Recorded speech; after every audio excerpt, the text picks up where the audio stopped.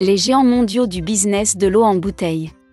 Une enquête conduite conjointement par le journal Le Monde et la cellule investigation de Radio France a révélé l'utilisation généralisée de techniques interdites de purification des eaux en bouteille par plusieurs grandes marques.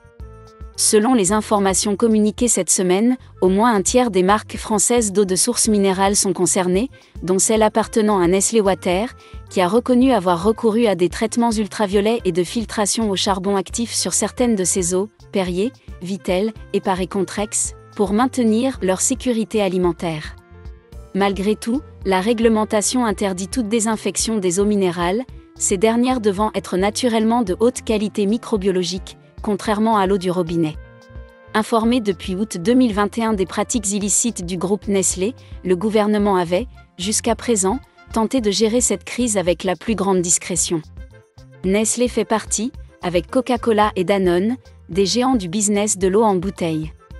Comme le montre Infographie, deux des marques de la multinationale suisse font partie des 8 plus consommées dans le monde, Perrier et San Pellegrino, avec respectivement 3% et 2% des parts de marché mondiales. C'est la marque d'eau plate en bouteille Dasani, lancée en 1999 par Coca-Cola, qui domine actuellement le marché, avec 12% des parts mondiales, suivie par la marque française Evian, 9%, propriété du groupe Danone. Le marché de l'eau en bouteille s'avère être extrêmement lucratif pour l'industrie agroalimentaire.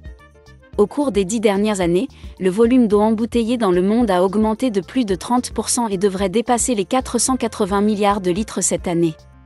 Dans le même temps, le chiffre d'affaires du marché a grimpé de près de 60% et devrait s'élever à plus de 360 milliards de dollars en 2024.